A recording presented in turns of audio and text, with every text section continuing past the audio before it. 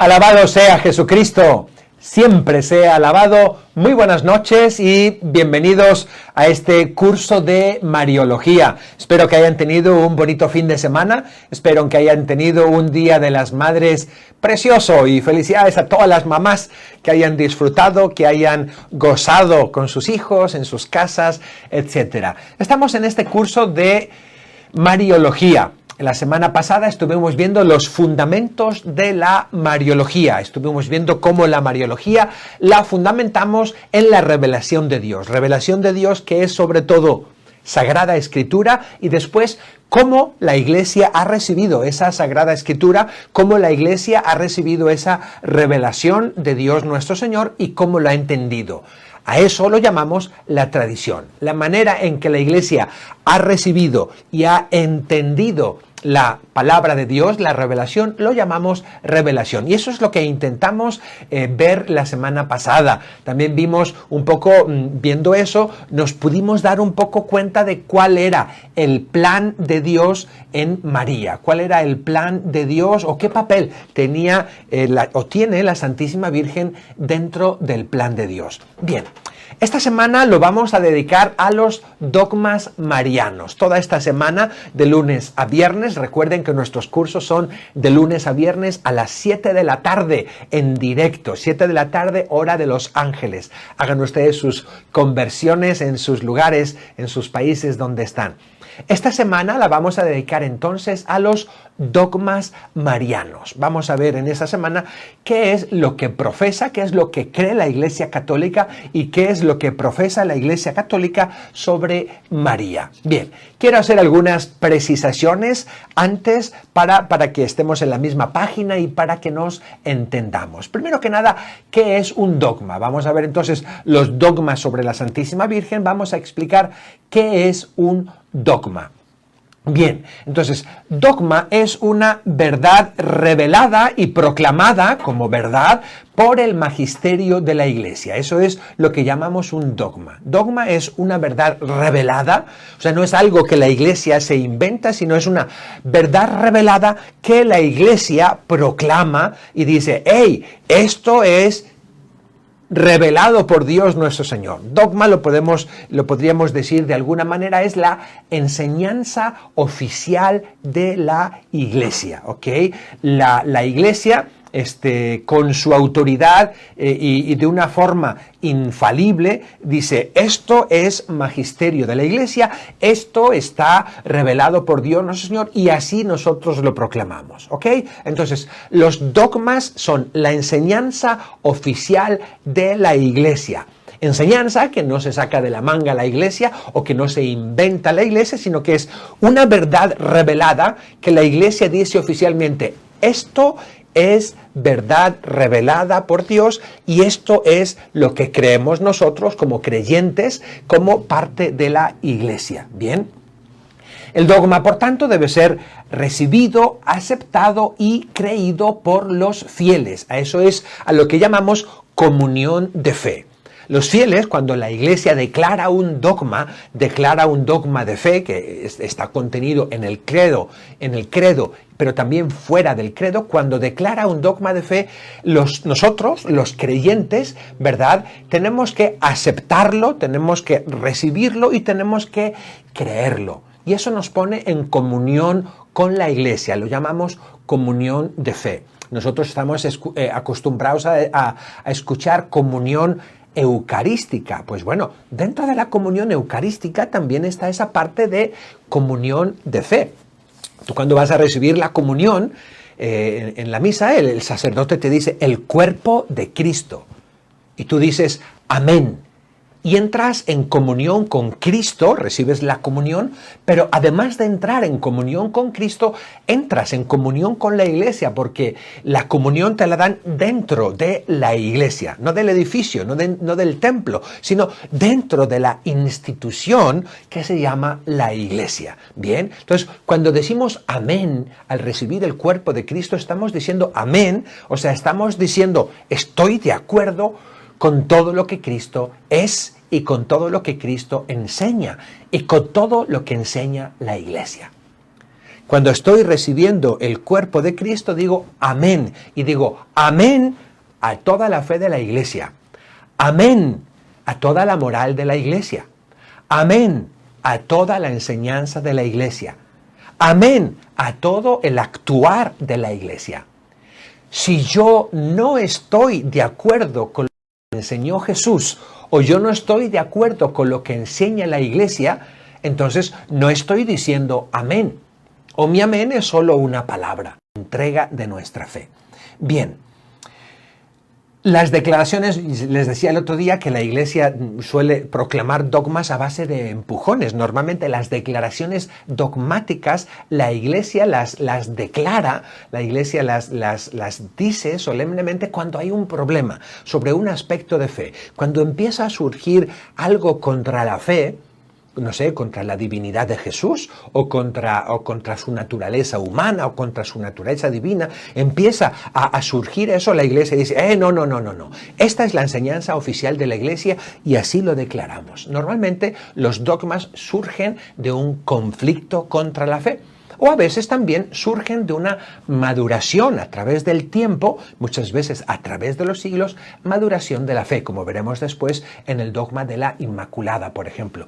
Para el dogma de la Inmaculada no hubo ningún conflicto, sino que la fe maduró de una manera tal que se dijo, esto ya es claro y vamos a declararlo como dogma. No es porque antes no fuera cierto, sino porque poco a poco se fue madurando. No es que para un niño de 5 años no exista la tabla de multiplicar o no existan ecuaciones de 2 o 3 incógnitas, ¿verdad? Existen, pero él no las conoce todavía, no ha llegado a su maduración. Bien, esto es lo que es el dogma. Entonces, cuando hablamos de dogmas marianos, hablamos de declaraciones solemnes de la Iglesia sobre la Santísima Virgen. Y nos daremos cuenta de que dogmas marianos hay pocos. Los veremos esta semana. Dogmas marianos que la Iglesia dice, el creyente está obligado a creer en esto. Sobre la Santísima Virgen hay pocos, con un montón de implicaciones que son bellísimos y maravillosos, pero hay pocos. Muchas de las cosas de la fe no son dogmas, son simplemente costumbres, o son simplemente tradiciones con minúscula, o son simplemente cosas piadosas, pero no son cosas que la Iglesia nos pide y nos exige que como creyentes creamos para estar en comunión con la Iglesia. Bien. ¿Qué es el magisterio de la Iglesia? Bien, el magisterio de la Iglesia es el oficio de enseñar de la Iglesia. ¿Okay? El oficio que tiene la Iglesia de enseñar con autoridad el Evangelio, de enseñar con autoridad la palabra de Dios. Y ese oficio le viene de Jesús, ¿verdad? Lo hace en nombre de Jesús y lo hace guiado por el Espíritu Santo. Tú y yo y todos nosotros hemos recibido el Evangelio. Tú y yo y todos nosotros somos depositarios del Evangelio de Jesucristo, del buen anuncio, de la buena noticia. Tú y yo y todos nosotros somos depositarios de la salvación. El Señor nos ha entregado a todos la salvación.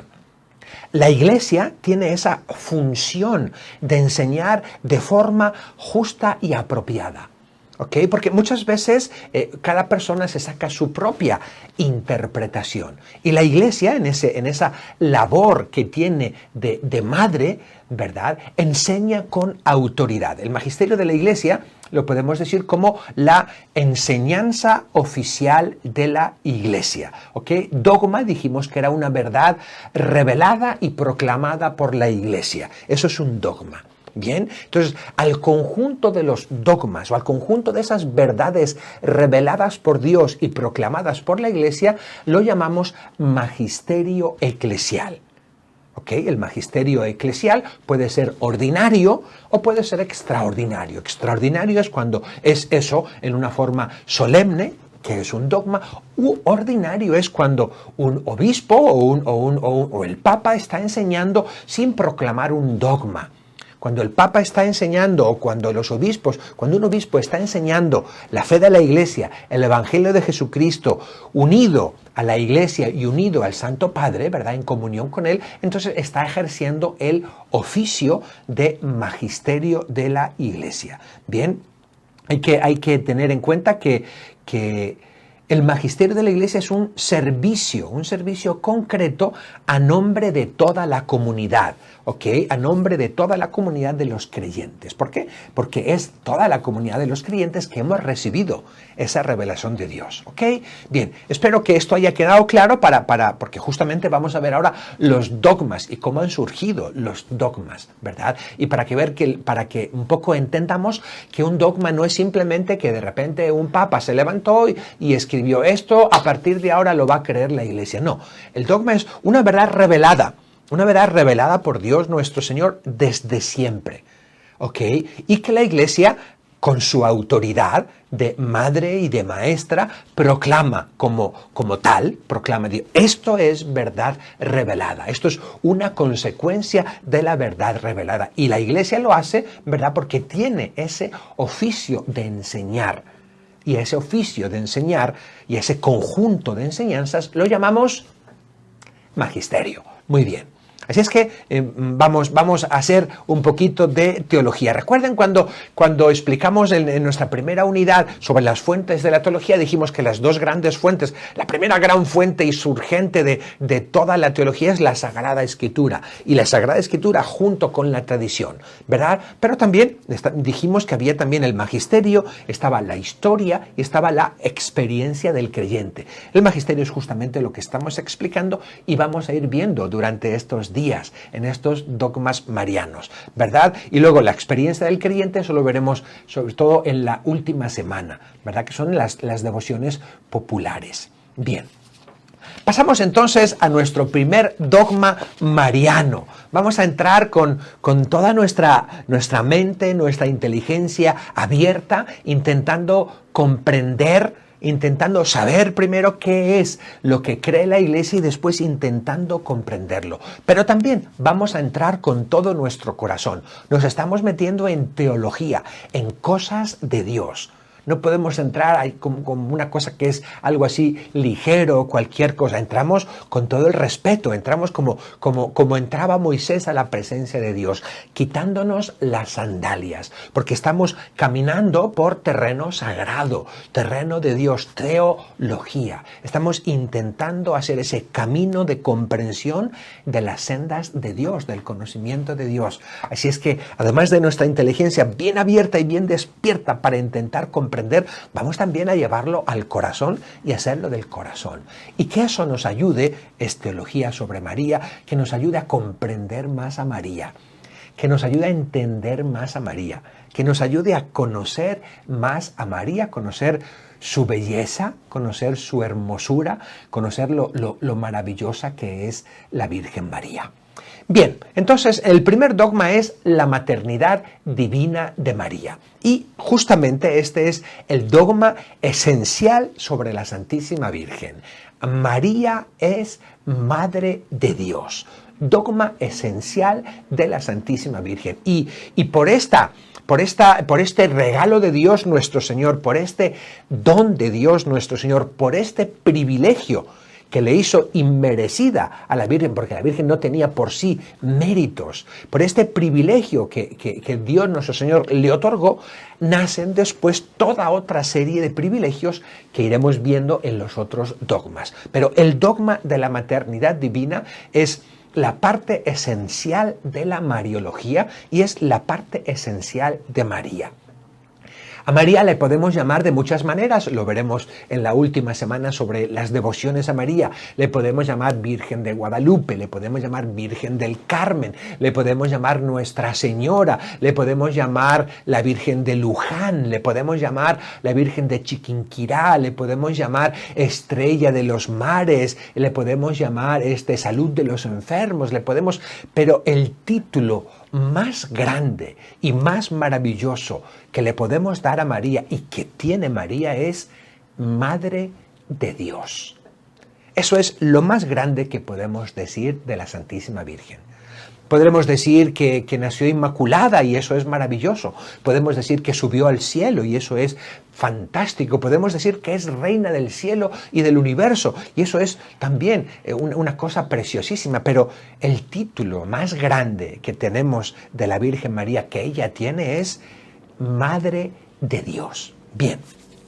Este dogma de la maternidad divina fue declarado y fue proclamado solemnemente, y esto es bien importante, fue proclamado solemnemente. No quiere decir que antes no se hablara. Recuerden que la Iglesia da un dogma cuando ha sido empujada, y cuando ha sido empujada muchas veces por mucho tiempo. No es que antes de este año, este dogma fue proclamado, ¿verdad?, por primera vez en el Concilio Ecuménico de Éfeso en el año 431. No quiere decir que antes de eso no se hablaba de que María fuera Madre de Dios. Por supuesto que se hablaba. Por supuesto que se hablaba, ¿verdad? Pero fue proclamado solemnemente. Fue proclamado solemnemente en el Concilio Ecuménico de Éfeso en el año 431. Siendo Papa, y ahí les pido que hagan una corrección en sus apuntes, yo la voy a hacer de todas maneras, les puse Clementino I. No es Clementino I, es Celestino I. Yo no sé si el computer me corrigió o yo lo escribí mal, posiblemente puse Clementino y así lo dejé, no lo revisé, pero ya después revisando me di cuenta de que está mal. Es el Papa Celestino I. Y en este concilio, un concilio ecuménico es una reunión de los obispos de la Iglesia, en general de todos los obispos de la Iglesia, o de un buen número de obispos de la Iglesia, en comunión con el Papa, ¿verdad?, con la aprobación del Papa, que estudian un tema. El tema que estaban estudiando, bueno, voy un poquito atrás, esta declaración, además del Concilio de Éfeso, también se dio después, se volvió a reiterar en el Concilio de Calcedonia y se volvió a reiterar de vuelta en el Concilio de Constantinopla, ¿verdad? Bien, la definición dice así, la definición de Éfeso dice así, y voy a leerlo, y esto es bien, bueno, no me enrollo. Aquí va la definición de la maternidad divina.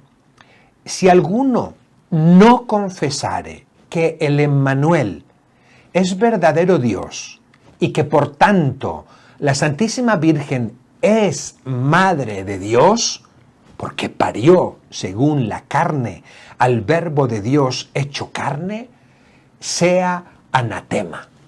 Bien, esta es la primera definición que dice el concilio. Bien, ¿qué es eso de sea anatema? Es como diríamos nosotros ahora, sea, por así decir, excomulgado. O sea, la persona que no crea eso está fuera de la comunión con la Iglesia, lo que decíamos antes, está fuera de la comunión de fe con la Iglesia. Entonces, este texto, lo vamos a explicar en un momentito, dice que la Santísima Virgen es Madre de Dios, porque parió, según la carne, parió al Verbo de Dios, hecho carne, al Verbo de Dios, hecho hombre.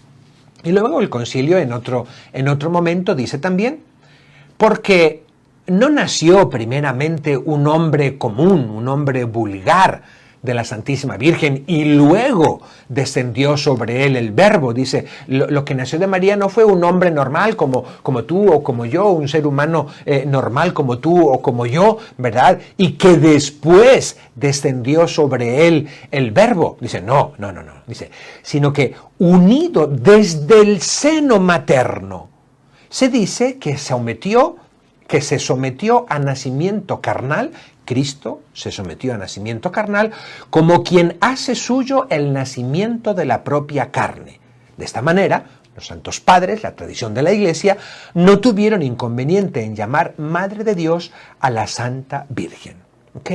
¿Qué está diciendo este texto? ¿Qué está diciendo este texto? Que desde el seno materno, ¿ok?, Cristo se sometió a un nacimiento carnal. ¿Ok?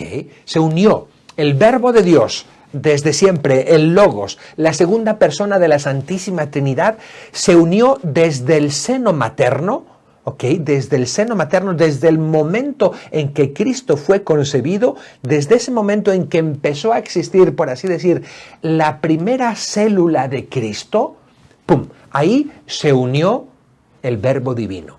Y lo que nació de ese embarazo fue justamente el Verbo de Dios hecho carne. Nació Dios hecho hombre. ¿Ok? Bien.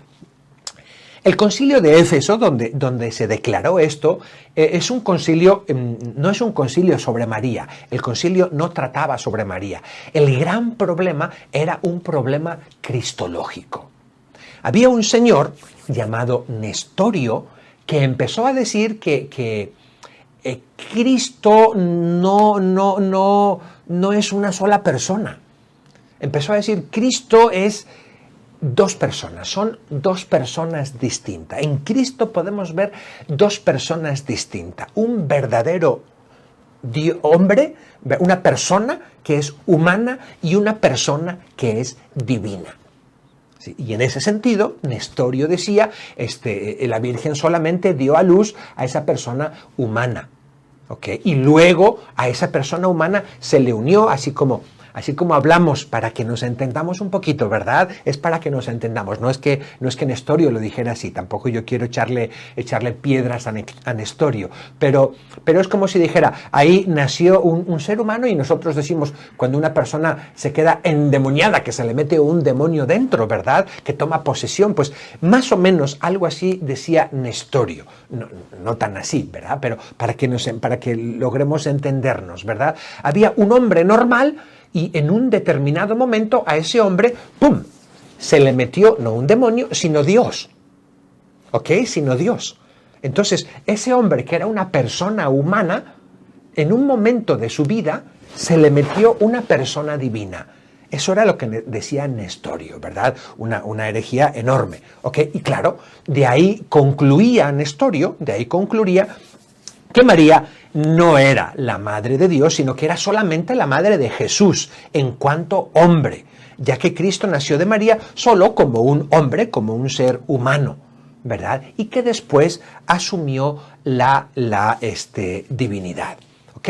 Este señor Nestorio, y esto es un pequeño paréntesis que hago, no era un señor así de la calle, el señor que vendía las sardinas en la esquina de la calle, no. Nestorio era un obispo. No solo era un obispo, era el patriarca de Constantinopla. El patriarca de Constantinopla. Constantinopla era la capital del Imperio Romano de Oriente, lo que ahora es Estambul. Okay, esa es la ciudad de Constantinopla, ahí en Turquía, ¿verdad? Y en aquellos momentos Roma estaba muy decaída. Ahí estaba el Papa, pero Roma era una ciudad que estaba a punto de caer. El Imperio Romano de Occidente estaba a punto de caer. Estamos hablando que el concilio es en el 431 y el Imperio Romano de Occidente cae en el 476. Estaba en decadencia, estaba siendo invadida. Entonces, el prestigio que tenía Constantinopla, que era la ciudad donde estaba el gran emperador, ¿verdad?, era grandísimo. Era grandísimo. Y este señor era el arzobispo, era el patriarca de Constantinopla. Y, sin embargo, tenía estas teorías.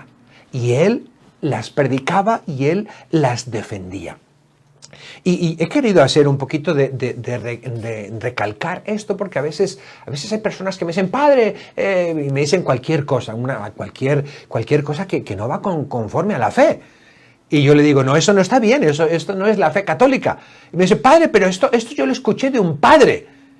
Padre, esto lo predicó un padre. Digo, yo no sé si lo predicó un padre porque a veces nosotros creemos que un padre dijo esto, creemos que un padre dijo lo otro y luego es que nosotros no entendimos bien. Pero es que aunque lo haya dicho un padre, aunque lo haya dicho un obispo, aunque lo haya dicho el patriarca de Constantinopla, si no está de acuerdo a nuestra fe católica, no es nuestra fe.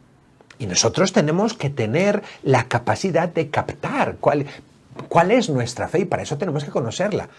Da igual si lo dijo un padre o imagínense que yo digo cualquier cosa que está contra la fe, pues no me hagan caso, por favor, no me hagan caso.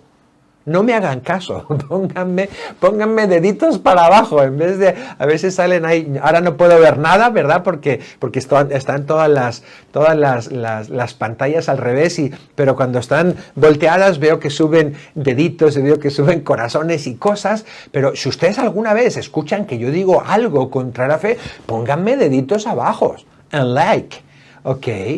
Porque la fe no es porque la diga un padre o la diga otro padre. La fe es la que enseña la Iglesia, y la fe la tenemos en el catecismo y la tenemos en el magisterio de la Iglesia. Por eso he querido hablarles primero del magisterio de la Iglesia, aunque sea muy brevemente, ¿verdad? Para hablar de esas cosas tendríamos que tener un curso. Pero bueno, entonces, este señor, ya vuelvo a la Mariología, este patriarca de Constantinopla, Nestorio, tenía un fuerte problema cristológico. Un fuerte problema cristológico. Estaba diciendo que en Cristo había dos personas. Nosotros decimos, no, en Cristo hay una sola persona. Y esa persona que nació de la Virgen María es una persona divina. Y por eso María es Madre de Dios. Por eso María la llamamos Theotokos. ¿Ok? Bien, vamos a intentar explicar un poquito cómo llegó el concilio hasta ahí. ¿Cómo llegó el concilio de Éfeso a poder decirle a Nestorio, Nestorio, tú estás equivocado? Por muy patriarca de Constantinopla que seas, tú estás equivocado. Hay algunas personas que me dicen, y vuelvo otra vez atrás, perdón, ¡ay, padre! ¿Y si el Papa alguna vez dice alguna cosa contra la fe? No te preocupes, que no la va a decir. No te preocupes, que no va a enseñar el Papa nada contra la fe. ¡Ay! ¿Usted qué sabe? Bueno, porque dentro de nuestros dogmas, hay un dogma que es la infalibilidad del Papa. Y ese dogma nos dice, y es algo que creo y que creemos, y que cuando recibimos a Cristo Eucaristía también decimos amén a eso. Amén a eso. Y ese dogma nos dice que el Papa no se puede equivocar en su enseñanza respecto a la fe y a la moral. Eso es lo que nos dice. Así es que no te preocupes por el Papa. A veces yo escucho unos comentarios que realmente están fuera de la fe católica. Como si no creyeran esa parte de la fe católica. Eso es un dogma que fue declarado solemnemente por la Iglesia. La infalibilidad del Papa en cuanto a fe y costumbres. Se puede equivocar de que si el mejor equipo es el Boca Junior o el San Lorenzo. De eso se puede equivocar, porque no es en cuanto a la fe y las costumbres. Pero en cuanto a la fe y las costumbres, nosotros creemos, y no creemos creo firmemente, porque es un dogma católico, creo firmemente que el Espíritu Santo asistirá a la cabeza de la Iglesia para que nunca enseñe ni declare nada contra la fe y las costumbres. Eso es lo que creemos. Yo te pregunto, ¿crees tú en todo lo que enseña la Iglesia Católica? ¿Estás tú en comunión de fe con todo lo que enseña la Iglesia Católica? Porque si no, cuando vas a comulgar y dices amén, no le estás diciendo amén a todo Cristo. A Cristo o lo recibimos completo o no lo recibimos. Bien.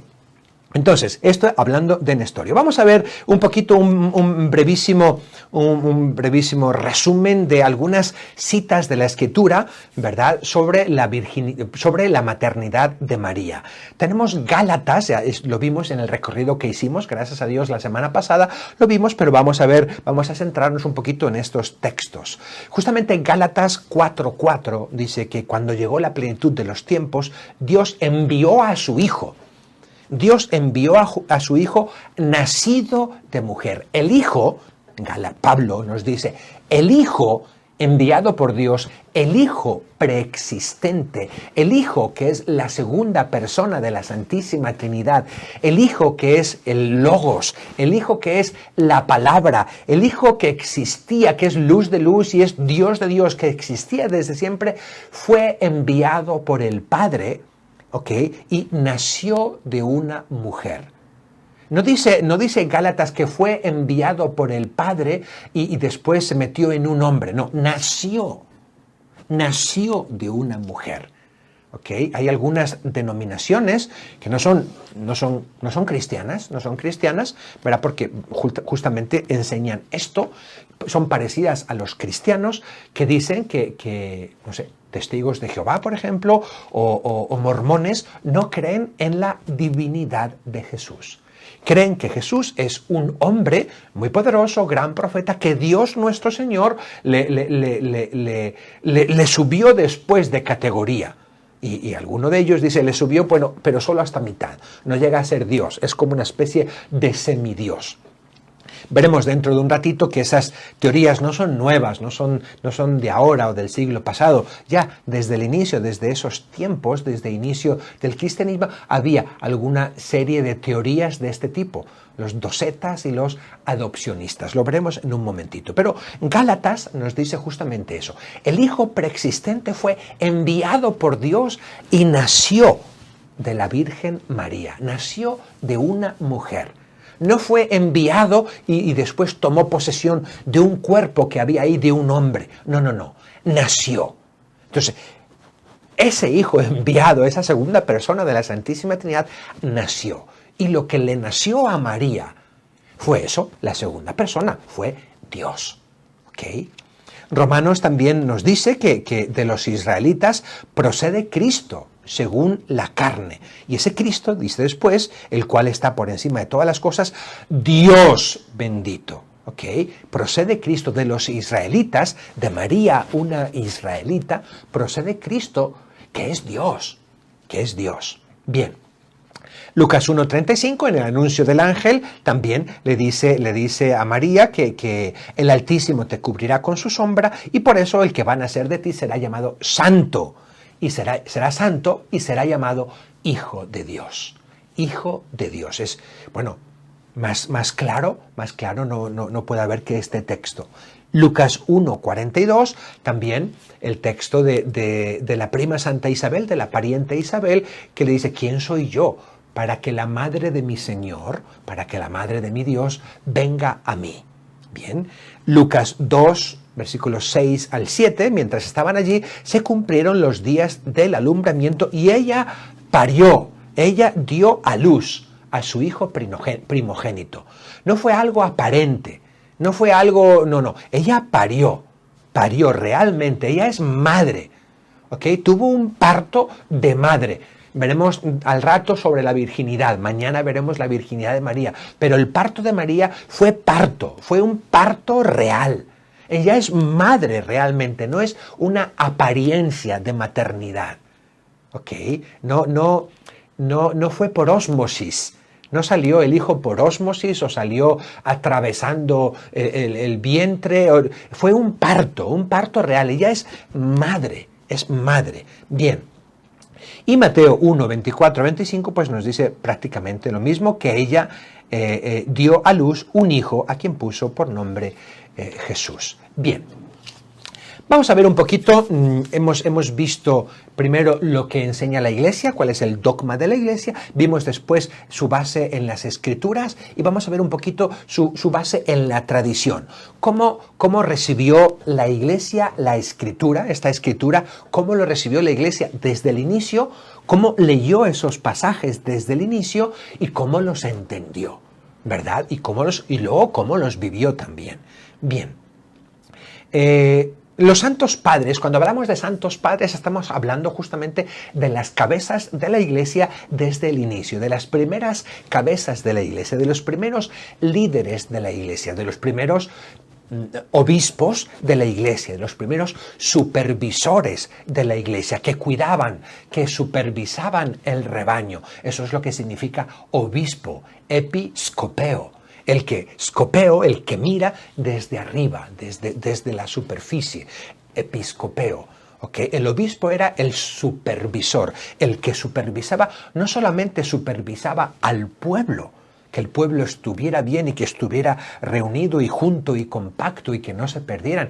Supervisaba también, por supuesto, la fe de ese pueblo. Supervisaba la doctrina de ese pueblo, que no fuera a desvirtuarse, no fuera a desorientarse, no fuera como una oveja a perderse por ahí. Bien, pues desde un inicio, desde siempre, los santos padres han unánimemente, absolutamente todos, uno puede ver los padres de la patrística y los escritos de la patrística y todos consideran que la acción generativa de María, y en el parto y de su parto es verdadero, que su acción generativa de María, su acción física y natural de un parto y de la generación es verdadera, no es una apariencia. Y justamente están opuestos a dos tendencias que había en los tiempos al inicio de la Iglesia, que les he dicho hace un momentito, que es el docetismo y el adopcionismo.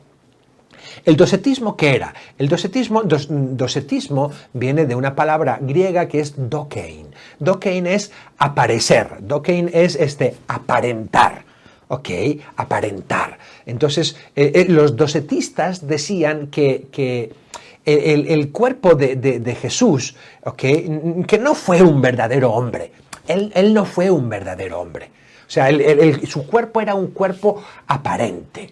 Su cuerpo era un cuerpo aparente, no era real, era una simple apariencia. Era un Dios verdadero, y si decían Jesús es Dios verdadero, pero su cuerpo no es un cuerpo verdadero. Es un cuerpo, no sé, como de un fluido, pero no es un cuerpo verdadero. Dios, el verbo, la segunda persona de la Santísima Trinidad, ha tomado una especie como de cuerpo de apariencia. Y los santos padres dicen, de eso nada, de eso nada.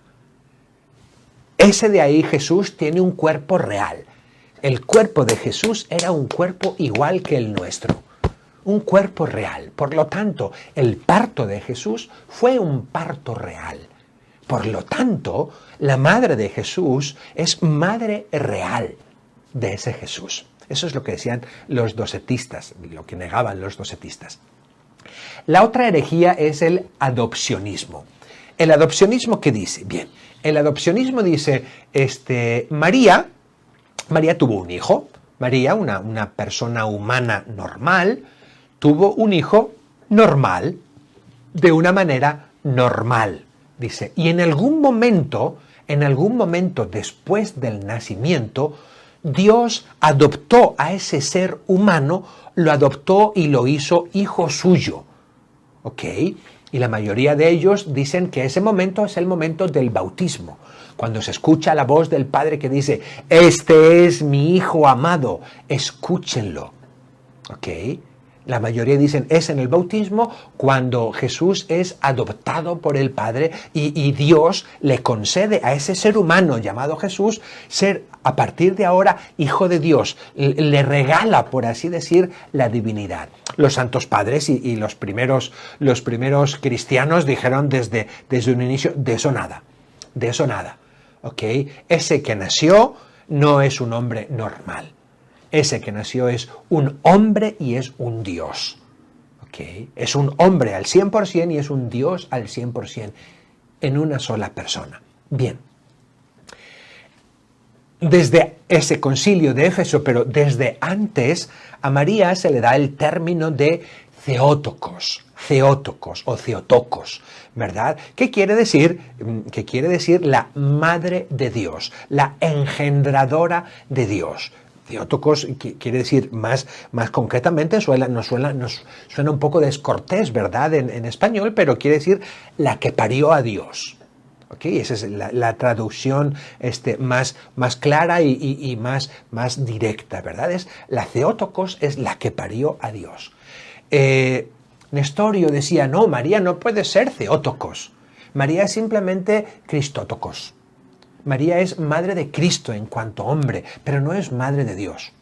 El concilio dijo, de eso nada, Nestorio. Y no solo el concilio, sino antes del concilio, desde el 328, Alejandro de Alejandría, desde el 372, San Atanasio, desde el 397, los capadocios, etcétera, etcétera, etcétera, etcétera. Muchísimos antes del concilio, recuerden que el concilio es en el 431, ya desde antes del concilio, si uno revisa la patrística, si uno revisa los escritos de los santos padres, de los primeros episcopos, de los primeros supervisores de la fe de la Iglesia, de los primeros obispos, ¿verdad? Se da cuenta de que dicen a María se le puede dar y le damos el nombre de Theotokos, la Madre de Dios.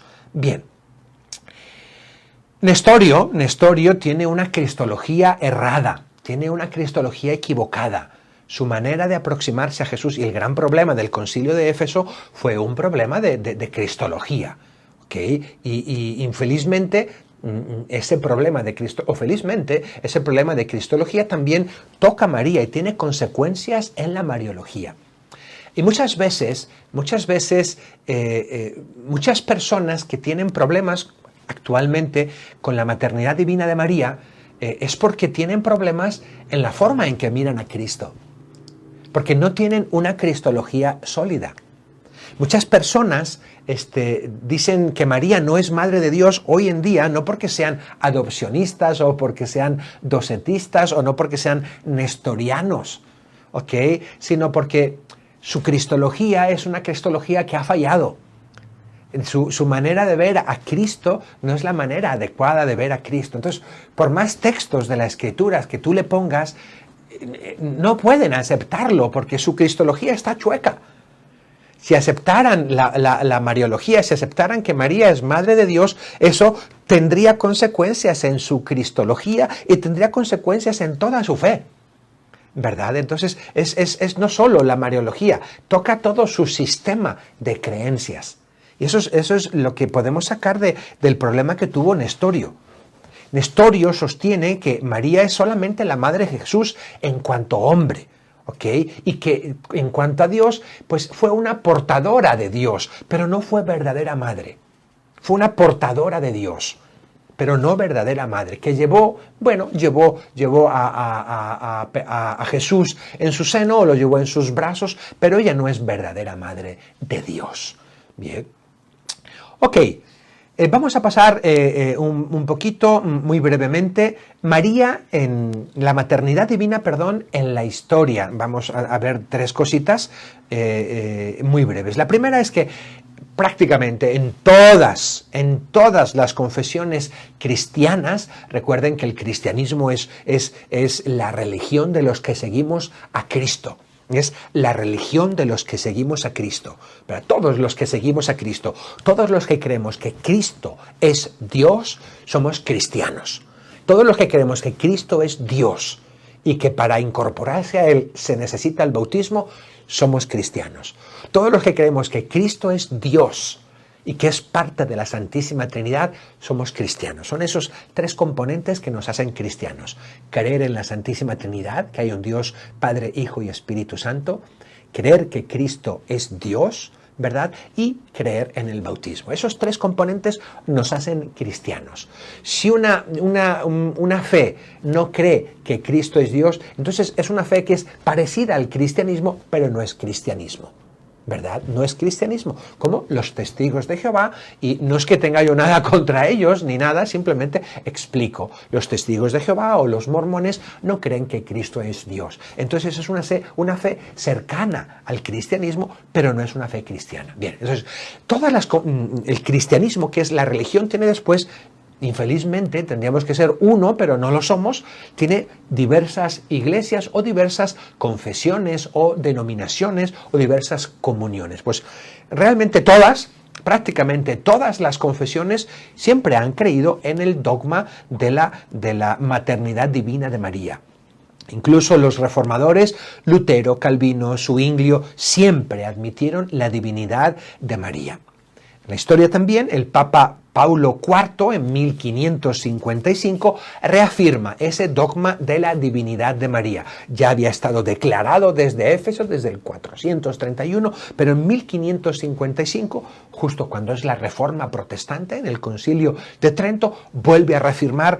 En ese Concilio de Trento se vuelve a reafirmar prácticamente todos los dogmas de la Iglesia y toda la enseñanza de la Iglesia, para dejar bien claro, porque como no había habido en ciertas partes, en ciertos elementos de la fe, no había habido empujones contra ellos, y ahora, ahora me refiero en 1555, con la Reforma Protestante, hay empujones por todas partes, la Iglesia en ese concilio vuelve a declarar solemnemente prácticamente toda su fe. Bien. Y por último, en la historia, en nuestros días, varias comunidades evangélicas o varias comunidades de la tercera ola evangélica, por así decir, del tercer revival, muy concretamente algunos, no todos, pero algunos pentecostales, un buen número de ellos, ya sea como instituciones, como comunidades o como personas, como individuos, niegan la maternidad divina de Cristo. Muchas veces, pues, como una reacción contra el catolicismo y la Santísima Virgen, ¿verdad? Bien. Vamos entonces ahorita a hacer, nos queda muy poco tiempo, algunas reflexiones teológicas, algunas conclusiones de este dogma de la maternidad. Es muy poco tiempo, 45 minutos para ver todo un dogma, pero le hemos echado ganas. Si tienen, pregunten ahí en el inbox, háganme preguntas y yo trataré después de resumirlas y darles explicación si me es posible. Bien. Algunas reflexiones teológicas sobre este dogma de la maternidad de María. Primera, la acción generativa de María tuvo como resultado la persona divina del Verbo preexistente. Lo que nació de María es la persona divina del Verbo preexistente, la segunda persona de la Santísima Trinidad, con una naturaleza perfecta. Ese Dios preexistente, desde siempre, que ha estado con el Padre desde siempre, en el tiempo se hace hombre, toma una naturaleza perfecta y nace de María. Por eso María es Madre de Dios. Segunda reflexión, ¿ok? María desarrolla su maternidad en la generación humana de Cristo en el tiempo. Esto es importante. María desarrolla su maternidad, es madre, en la generación humana de Cristo. Bien, y por eso es en el tiempo, en el año, en el momento en que Cristo nació. Y aquí viene la tercera que está unida a eso. María no desarrolla su maternidad, no es madre al generar o al engendrar al Verbo de Dios desde toda la eternidad. No, María no es la que generó al Verbo eterno. María no es la que engendró al Verbo eterno del Padre antes de todos los siglos. No. El Verbo eterno del Padre, Jesucristo, como decimos en el credo, fue engendrado, no fue engendrado por el Padre. Esto lo podemos ver en el tema de santificación, en el tratado de Trinitate, o en el tema de Cristología, pero aquí hago el resumen para ver algunas conclusiones, porque a veces nos perdemos. María no engendra antes de todos los siglos al Verbo eterno del Padre, porque María no existía antes de todos los siglos. María nació en la historia. Y luego su Hijo, Jesús, nació en la historia. Ese Verbo eterno del Padre, un día, cuando llegó la plenitud de los tiempos, fue enviado por Dios. Y es cuando nació. De los tiempos, en el año 0, cuando nació Jesús. ¿Ok? María no desarrolla su maternidad en la generación o en el engendramiento divino de Jesús antes de todos los siglos, porque María no estaba allí y porque María no fue la que engendró al Verbo. El que engendró al Verbo fue el Padre y lo hizo antes de todos los siglos. ¿Ok? Cuarto elemento, ¿ok? María es Madre de Dios en sentido pleno. No en un sentido aparente, no es como la Madre de Dios, es como si hubiese dado a luz. A veces hay personas, y lo veremos mañana en la virginidad, que contraponen la maternidad y la virginidad de María. Si María es virgen, entonces no fue madre, no pudo ser madre. Claro que fue madre, madre en sentido completo, parió a Jesús.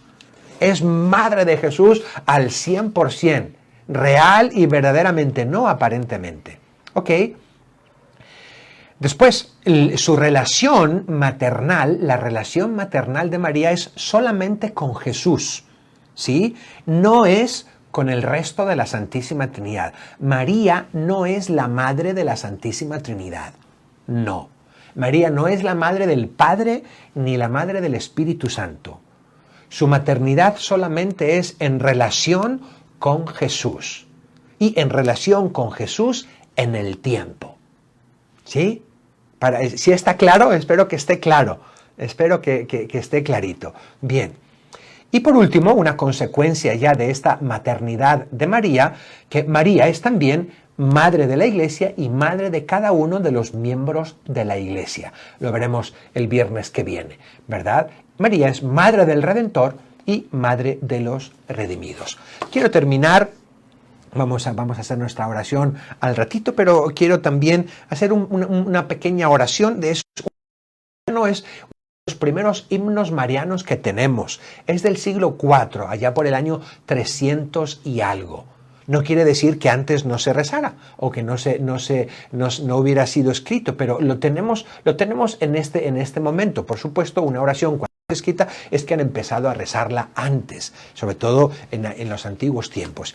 Y esta oración, justamente la primera oración que tenemos a María, habla de ella como Madre de Dios. Y es una oración que yo creo que muchos de nosotros conocemos. Es el bajo tu amparo.